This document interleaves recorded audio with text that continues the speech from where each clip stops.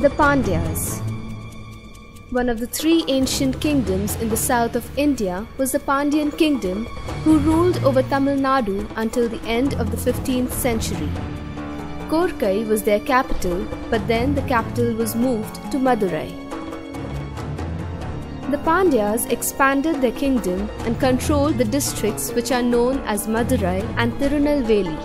Tamil Nadu was divided between the Pallavas and the Pandyas.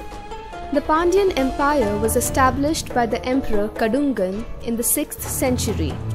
The Pandyas excelled in trading through the seas from Dhanushkodi and Poompuhar, which spread as far as Rome and Greece, all the way up to China, Malaysia and Maldives. The Pandyas produced the finest pearls along the South Indian coast. The Pandyan kingdom was often subdued during clashes with the Pallavas and the Cholas. This happened because as their kingdom expanded, their neighbors, feeling threatened by them, attacked. Several Pandyan kings helped in the revival of the Pandyas, but it was Mahavarman Kulasekara who led this revival. After his death, his two sons, Sundara and Veera, fought against each other for the throne. The Delhi Sultanate took advantage and raided the kingdom, which ended the Pandyan rule.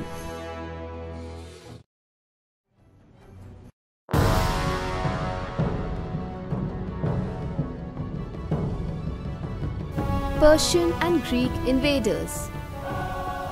In the year 520 BC, two kings from Persia, Darius and Cyrus, invaded northwestern India and conquered the Indus Valley, after which they ruled for 1.5 centuries. When the Greek army headed by Alexander the Great invaded parts of northwestern India, he got engaged in an epic battle with the local ruler of Punjab, Raja Puru, and emerged victorious. But impressed with Puru's bravery, he appointed him general of the land. Although Alexander's army won, they refused to go any further than Jalandhar. Rumor had it that a mighty Indian army was waiting to fight them on the other side of the Indus River. Alexander left India after naming some of his generals as governors of his provinces. But in a few years, Indian forces chased away most of the generals. Persian and Greek invasions had a great impact on the political systems of India. The region of Gandhar became a mix of cultures: Indian, Persian, Central Asian and Greek. This gave rise to a new culture called Greco-Buddhism, which lasted till the 5th century.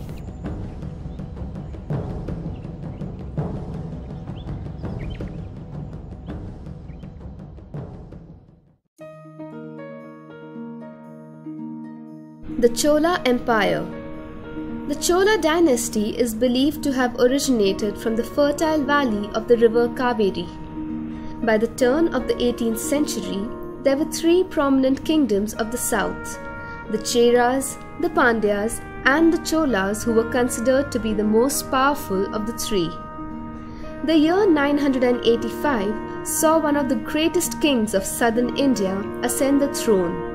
Raja Chola I, also known as Raja the Great, who defeated the eastern Chalukyas of Vengai, the Pandyas of Madurai, and the Gangas of Mysore.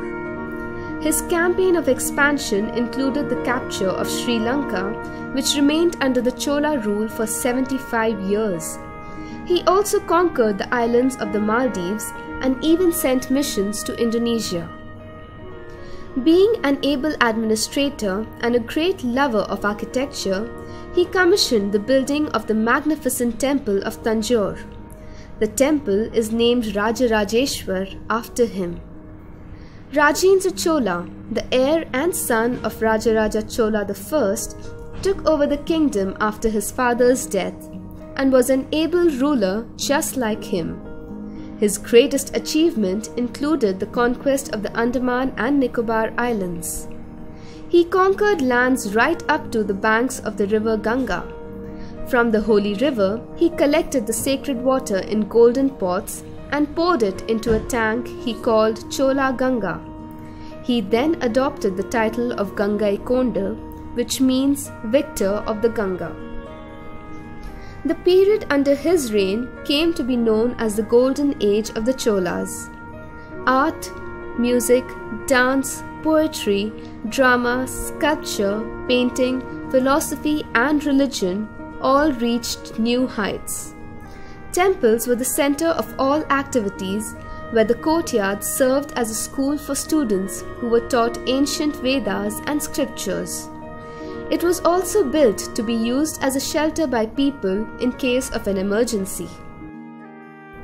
The Cholas continued to lay much emphasis on architecture. Magnificent temples were built. The Brihadishwara temple at Tanjore is a prime example.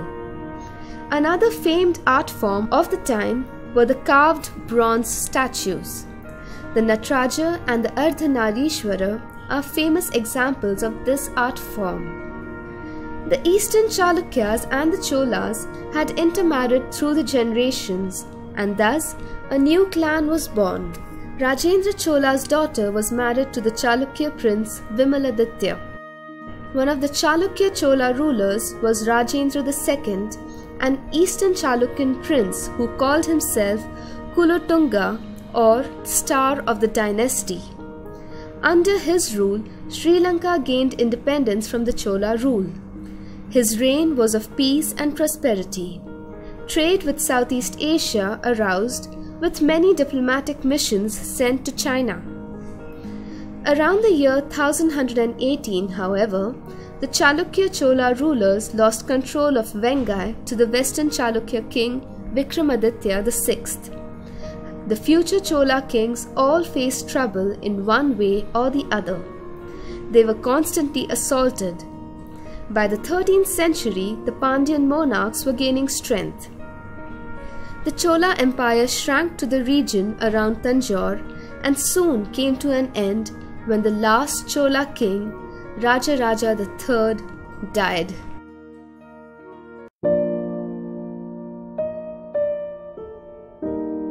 The Maurya Dynasty. Right after Alexander's departure from India, Chandragupta Maurya invaded central and western India. With Pataliputra as its capital near Patna, he had occupied northwestern India in its entirety by the year 316 BC. The great strategist and minister Chanakya, also known as Kautilya, was one of Chandragupta Maurya's closest advisors. At Chanakya's behest, Chandragupta took over the throne of Magadha from Nanda dynasty, which was ruled by the corrupt king Dhana. The empire stretched north all the way up to the Himalayas, north of India, and to the far west to the present-day Pakistan. During this time, Chanakya went on to write the Arthashastra, one of the greatest collections of observations and manuals on economics, politics, foreign affairs, administration, warfare,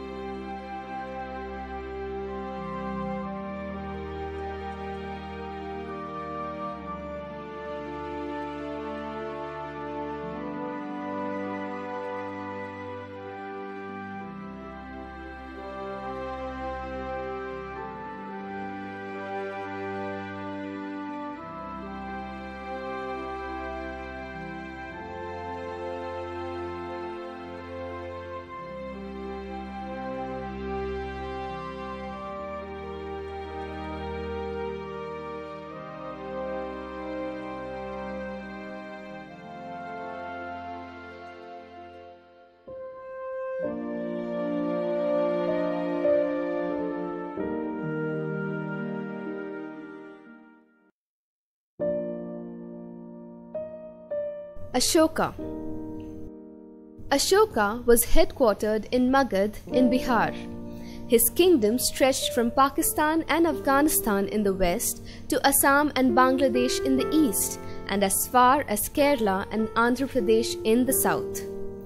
Within 8 years of ascending the throne, Ashoka expanded his empire to regions in Iran and Persia. His quest to expand his empire, however, would change after the bloody Battle of Kalinga. In his younger days, Ashoka is said to have had a massive temper and was considered to be a very cruel person. He was nicknamed Chand Ashoka, which meant Ashoka the Fierce. Kalinga was a state in the fertile land between Godavari and Mahanadi rivers. Ashoka invaded this kingdom after they refused to bow down to him. It is said that 100,000 soldiers of the Kalinga army died in this war, and Ashoka too lost around 10,000 of his men.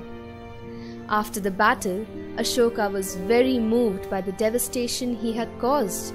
He saw burnt houses and scattered corpses all around, and the wails of the mourners pierced his ears.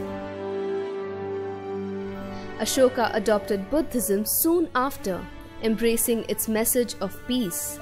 He made it the state religion and propagated its message within the boundaries of his kingdom as well as other parts of the world. He built thousands of stupas and viharas that stand until today. During his reign, Ashoka built many universities, water transit and irrigation systems to promote trade and agriculture. He constructed hospitals and renovated major roads throughout his kingdom and treated his subjects equally regardless of their politics, culture or class. All our knowledge of Ashoka's rule is from inscriptions he had carved on pillars and rocks throughout his kingdom. They all speak of compassionate living and spreading peace and love. After 40 years on the throne, Ashoka breathed his last at the ripe age of 72. He left behind a legacy of an able ruler and lawmaker, a hero, a monk, and a noble preacher of dharma.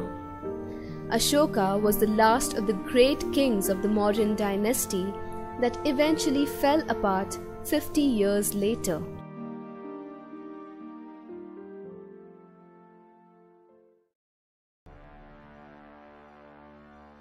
The Cheras. The lands south of the Mauryan Empire, which included the Malabar coast, Karur, Coimbatore and Salem districts in South India, were all part of the Chera kingdom. The Chera capital was Tiruvanchikulam. Udayan Cheralatan, the first Chera king, is accredited with founding the dynasty.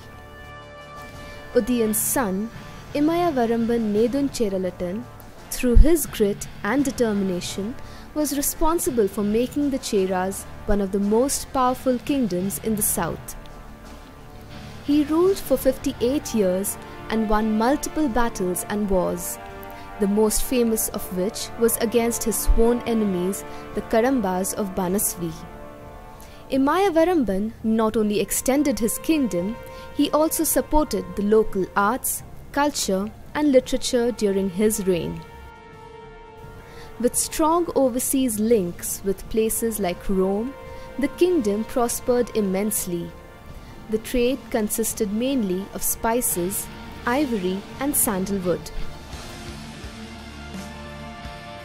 This period of success was followed by the Kalabhras overthrowing the Cheras. The Cheras, however, overthrew the Kalabhras, and the Second Chera Empire was founded with Mahodyapuram as their capital. During this time of Sthanu Ravivarman, trade flourished with China and Kerala amongst other places, and there was peace between them and the Cholas. However, with Sthanu's death, the relationship between the Cheras and Cholas turned sour. After the death of Ravivarma Kulasekhara, the last king, the Chera Empire disintegrated and the Cholas took over.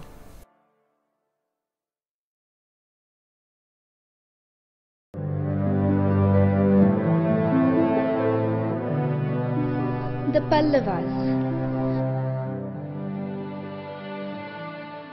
The south of India has seen many empires. However, one of the most powerful to exist in that region was the Pallava dynasty. The Pallavas were great conquerors and patrons of art and architecture. They ruled for nearly 500 years. The Pallavas initially conquered the region of Tondai Mandalam in Pallavapuri right on the coastline. Shortly thereafter, a natural disaster occurred and the entire area was washed away by the sea. The Pallavas then moved to Kanchipuram, and it was from there that they built their mighty empire, which extended from northern Orissa to Tanjore and Trichy in the far south.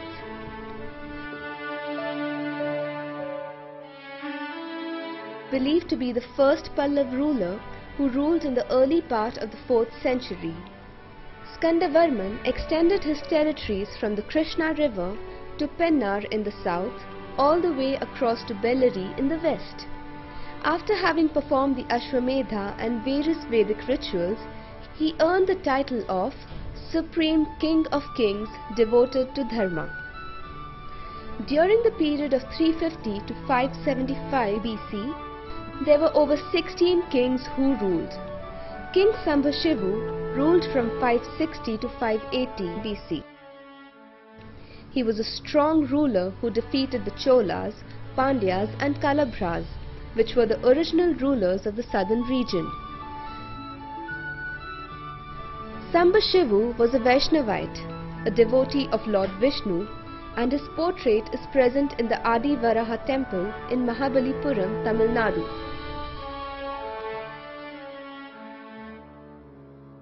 Sambhashivu was followed by his son Mahendravarman, who ruled from 600 to 630 BC. Mahendravarman was a very learned person, a poet and a skilled musician. His instrument of choice was the veena.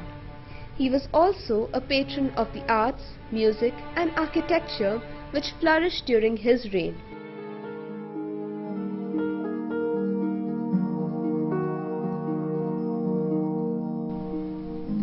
The stunning cave temples of Mahabalipuram near Chennai were initiated by Mahendravarman.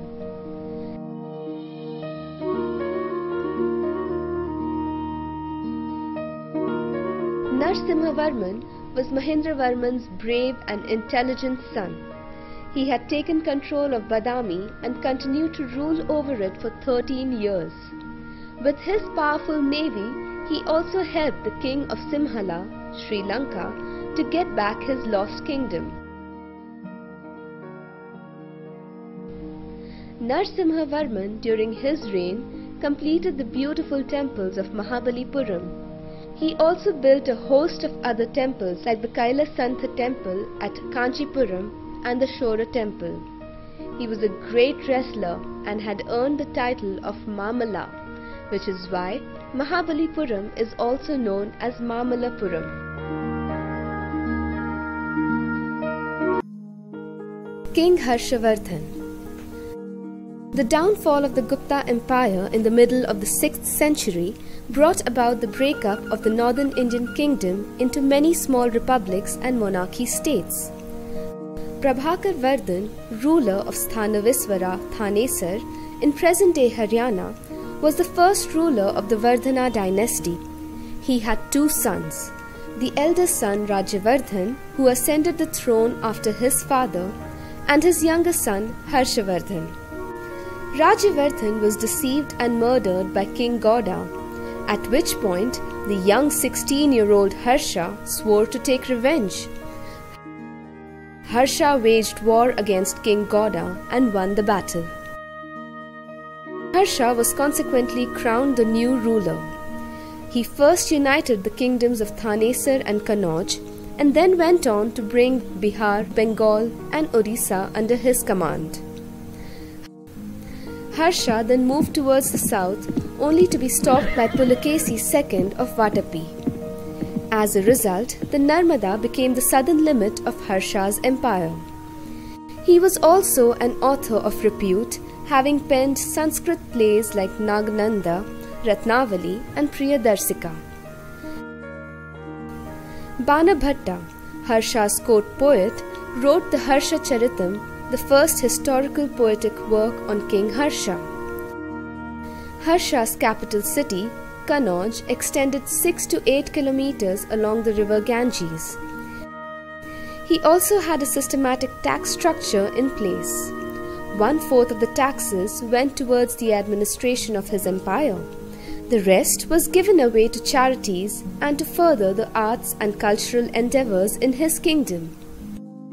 Later on in his life, King Harsha, a Shaivite by birth, became a follower of Buddhism. Under him, all religions and schools of thought like Jainism and Buddhism enjoyed freedom of expression. Harsha ruled ably for 41 years. With King Harsha's passing, the idea of a single kingdom ruling northern India disintegrated.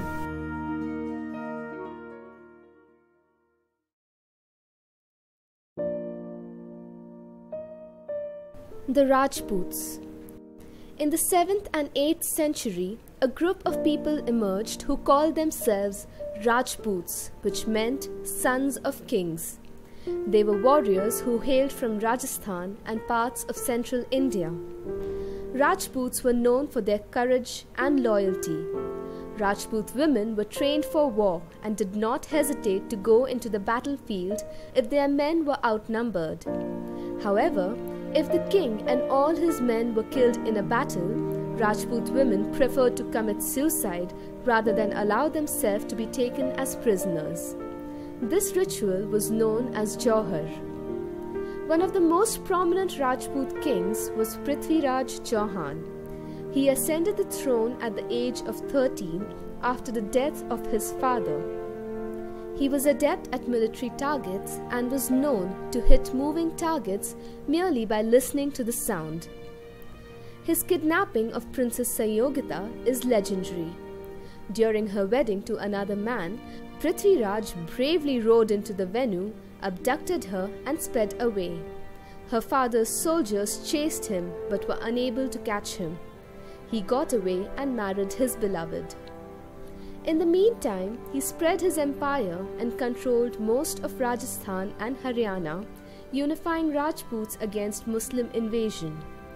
A Muslim conqueror named Muhammad Shahabuddin Ghori was capturing nearby kingdoms. As he covered more areas, he became a threat to Prithviraj's territory. At the Second Battle of Tarain, Prithviraj was defeated and captured. It is said that he was tortured and his eyes were blinded with red-hot iron rods. Thereafter, in an archery contest, he displayed his skills by hitting targets in spite of being blinded. Ghori is said to have praised him for this feat. On hearing his voice, Prithviraj is believed to have aimed an arrow in his direction that killed his enemy. Maharana Pratap, the ruler of Mewar, is synonymous with Rajput valor and chivalry. He continued his combat with the Mughals and other infiltrators for the rest of his life. Gradually, the power of the Rajputs dwindled as they were no match for the Mughals. When the British arrived in India, the Rajput states became colonies, this ending the reign of the Rajputs forever.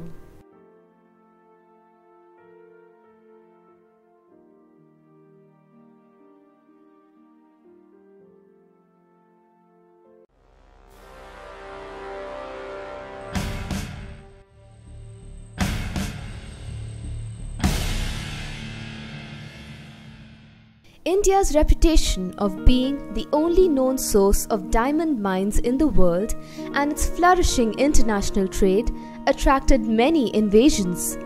North Indian kingdoms resisted invasions by Arab Turks for centuries, but soon small Islamic empires or sultanates were established in several parts of the north.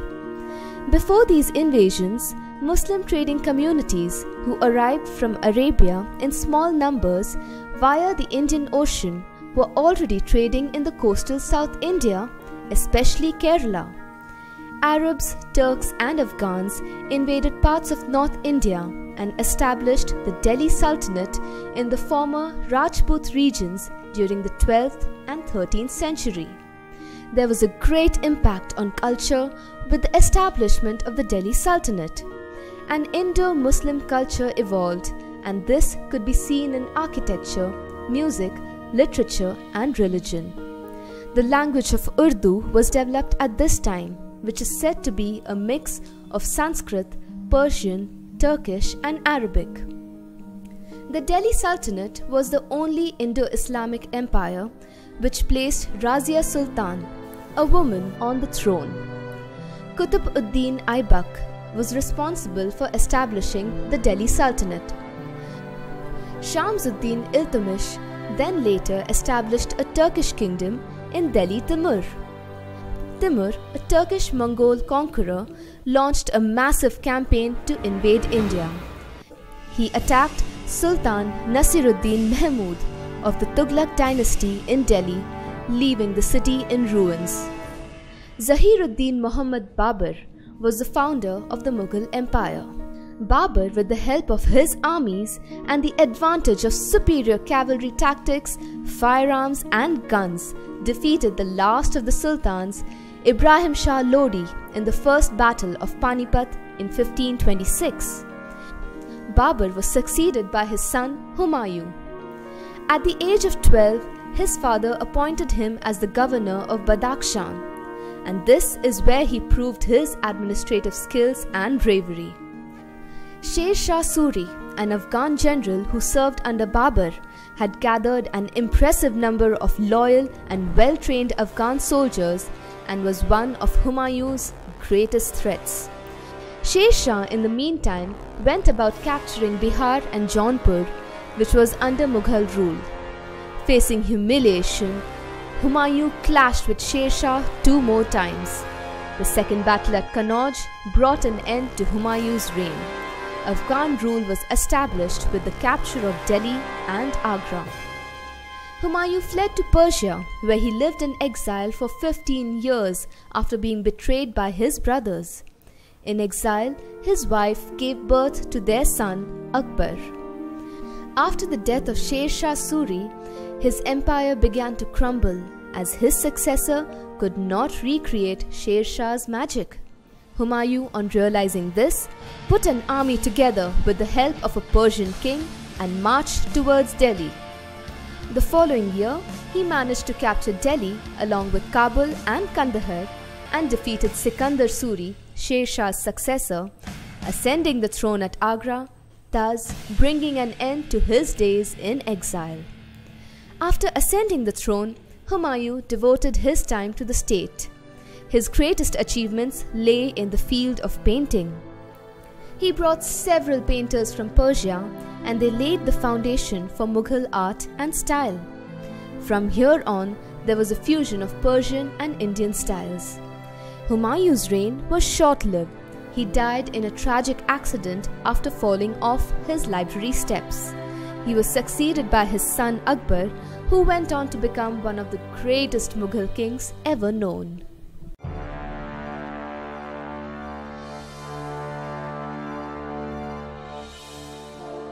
Akbar spent his entire childhood learning how to fight and hunt. He had no interest in learning how to read and write. However, Akbar was the only Mughal emperor who was illiterate and still had a penchant for knowledge. Akbar was made king at the age of 13 after the death of his father. Akbar was with Bairam Khan at the time of his father's passing, and Bairam was made regent as Akbar was too young. On many occasions, Bairam led campaigns on Akbar's behalf to expand the kingdom. Hemu, the Hindu minister of an Afghan prince, Adil Shah, was waiting for a chance to defeat Akbar.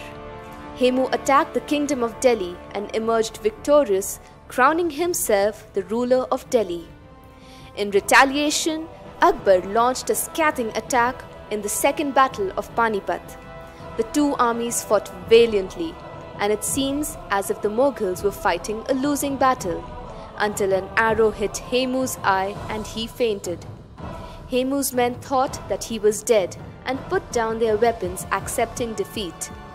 Akbar became king again. He won many more battles and added more regions to his kingdom, stretching from the Indo-Ganges basin to Kashmir and Afghanistan all the way down to Bengal in the east and part of Deccan in the south. Although Akbar was a young king, he was shrewd and organized. He got rid of all his ministers whom he felt were over-ambitious and were looking to covet his position. He removed restrictions on religions and allowed his people to practice the religion of their choice without having to fear for their life. In spite of being illiterate, Akbar was surrounded by scholars such as Birbal, Abul Fazl and Tansen, who were all part of the 9 gems or Navratnas. Akbar also took keen interest in religion, music, painters, poets and philosophy. He had a huge collection of books and manuscripts and was also owner of a number of artworks from across the region. His biggest accomplishment, however, lied in architecture. He built great structures like the Jama Masjid that stands tall even today. He even built a palace for his wife close to the Hawa Mahal. Akbar fathered 3 children, Jahangir, Murad and Danial. Jahangir was the only surviving son, as the other 2 died very young. Jahangir and Akbar did not share a very good relationship and were at constant loggerheads with each other. In 1605, Akbar fell very ill and died a slow death. He had managed to bring parts of East, West, North and as well as South India under his rule in his tenure. Akbar's rule is greatly noted for the wealth of learning and culture that existed in his time. He was also admired for his bravery and wisdom.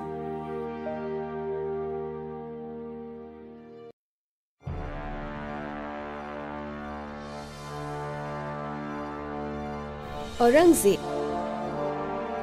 Aurangzeb, born in 1618, was considered as the last great Mughal emperor. He was the 3rd son of Shah Jahan and Mumtaz Mahal.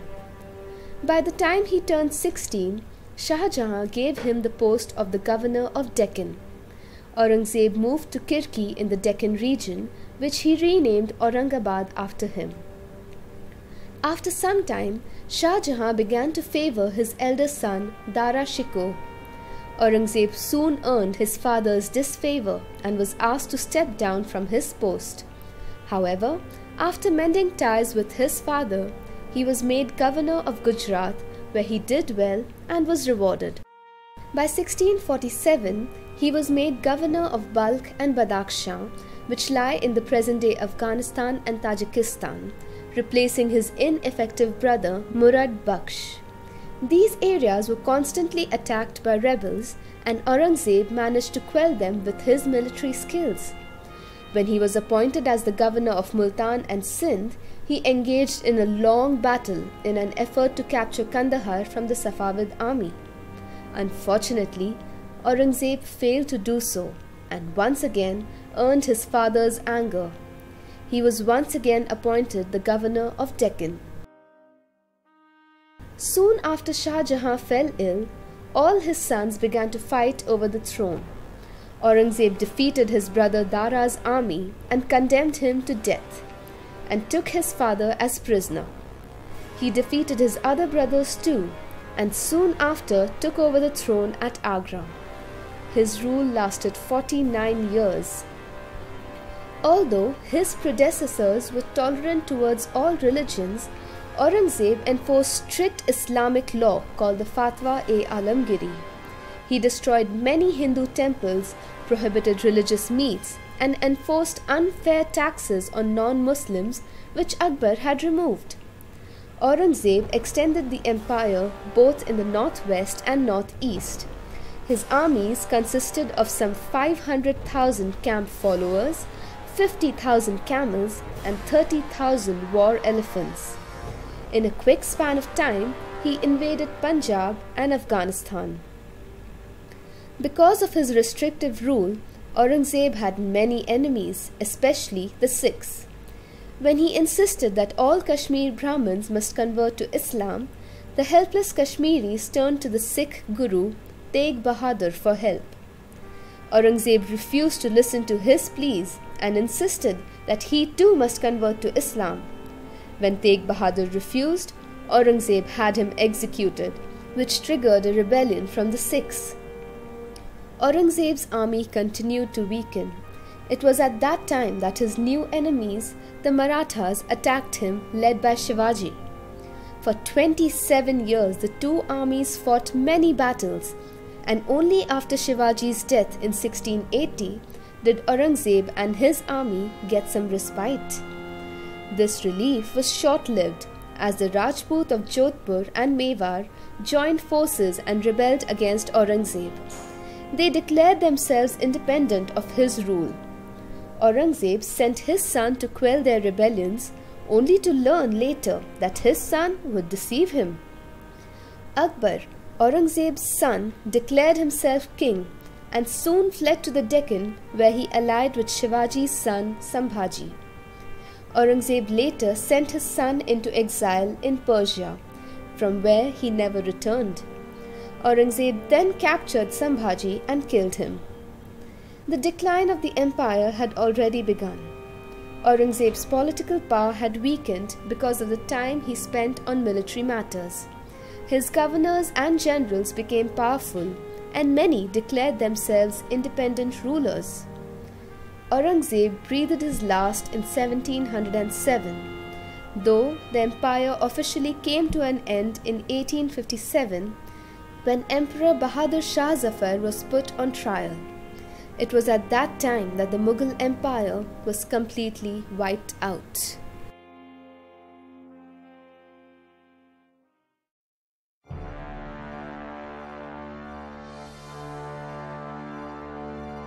Shivaji Raje.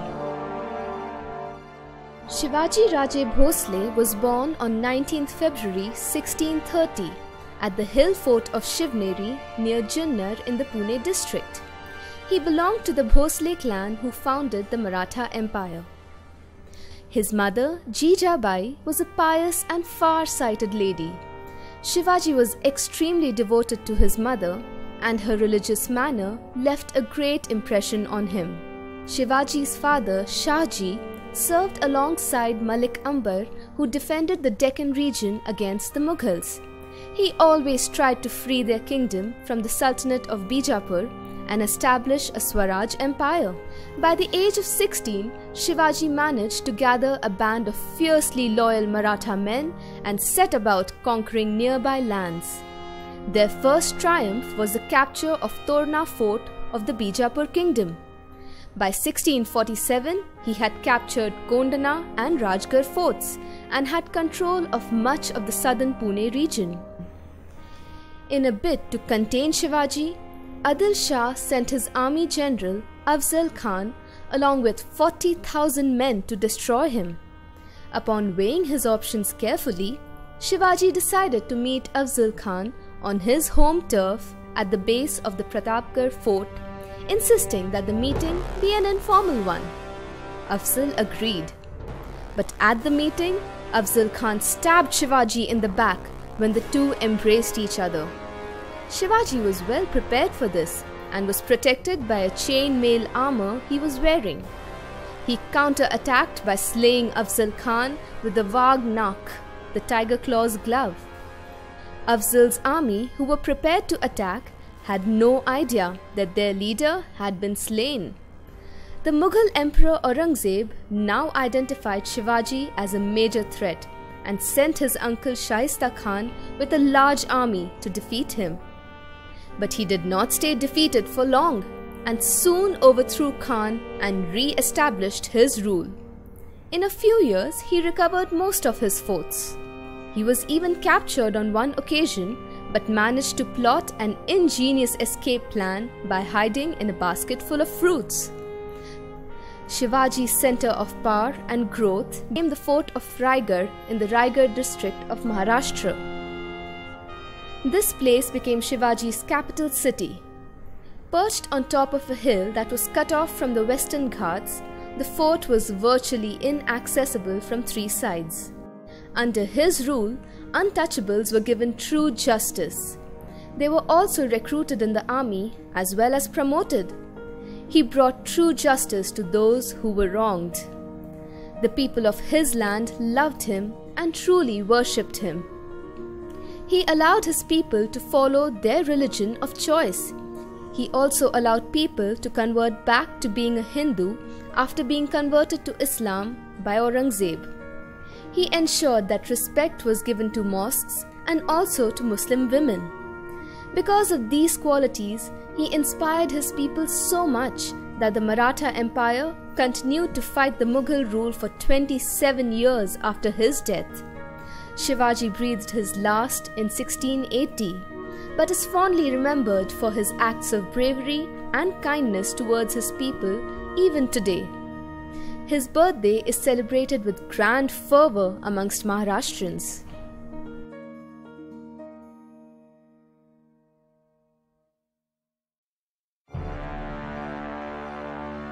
Hyder Ali. The Vodiyar dynasty, one of the most prominent dynasties of the south, ruled the kingdom of Mysore. Hyder Ali and his son Tipu Sultan made their mark in this region. Hyder Ali was born at Budikot around the year 1720. He started off his career as a soldier. He was a petty officer in the army and was assistant to the Nizam, who was the Mughal deputy in South India. When the Nizam was assassinated, a lot of confusion followed, and in the midst of all the chaos, Hyder Ali's services attracted the attention of Nanjaraj, the minister of the Raja of Mysore. Hyder Ali received an independent command, and over the next 12 years, the minister and the king depended on him and were under his control. Hyder Ali rose in ranks until he replaced the king. He extended his empire right up to the lands in the north beyond the Tungabhadra river. He spent much of his time in building up a strong army to deal with the Marathas in the northwest and the British on the east and west coast. The Marathas waged 4 damaging wars against Hyder Ali, but after the death of their leader, Peshwa Madhav Rao in 1772, Hyder Ali sought the friendship of the British so that they could together defeat the Marathas. The British, however, had other ideas and wanted to undermine his powers and use him. This led to the First Anglo-Mysore War in 1767. Hyder Ali's campaign against the British proved successful, and he got the British to sign a mutual defence treaty with him. The British went back on their word when they were attacked by the Marathas. In 1780, Hyder Ali waged his second battle against the British. He was defending his kingdom as best as he could, but then suddenly died of cancer. He was succeeded by his son Tipu Sultan, whom he had educated and trained well. Tipu was fluent in a number of languages and was a good student of mathematics and science. He had a great appetite for learning. He was also an avid reader, and his library was filled with over 2,000 books in different languages.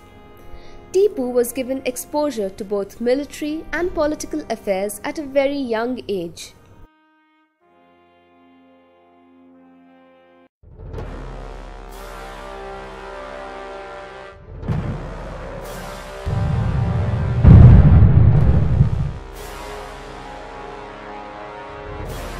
Tipu Sultan was born at Devanhalli near Bangalore. His father, Hyder Ali, was a military officer in the service of the Kingdom of Mysore. Tipu Sultan was introduced to military training by French officers in the employment of his father. By the time he was 15, Tipu had accompanied his father against the British in the First Mysore War in 1766. In 1779, Tipu fought the Second Anglo-Mysore War when the British captured the French-controlled port of Mahe, which Tipu had placed under his protection. Tipu's father dispatched 10,000 men and 18 iron cannons. In this battle, Tipu decisively defeated the British and brought down their army of nearly 7,000 men. By the time his father died, Tipu Sultan had gained sufficient military experience and in 1782 became the ruler of Mysore.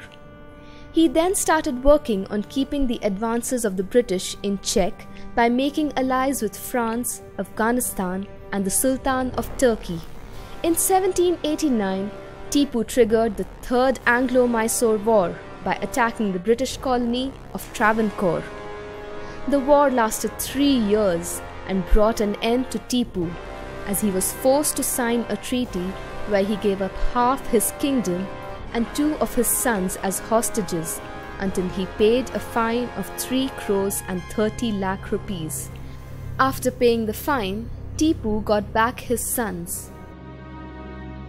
In 1799, Tipu fought his last war.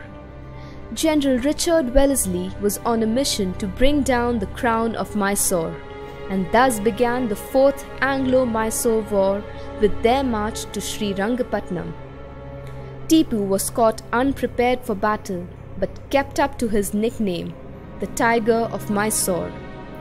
This time, the British were too powerful and were able to surround the palace. He was, however, shot dead at the entrance. Tipu Sultan was buried at a mausoleum that he had built himself. He was considered one of the most powerful native princes of India and was said to be the biggest threats to the British position in South India.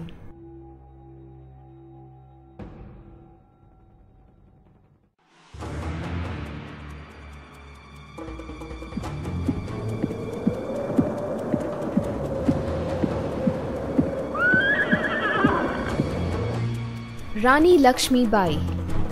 Lakshmi Bai, the Rani of Jhansi, was the queen of the Maratha-ruled princely state of Jhansi, situated in the northern part of India.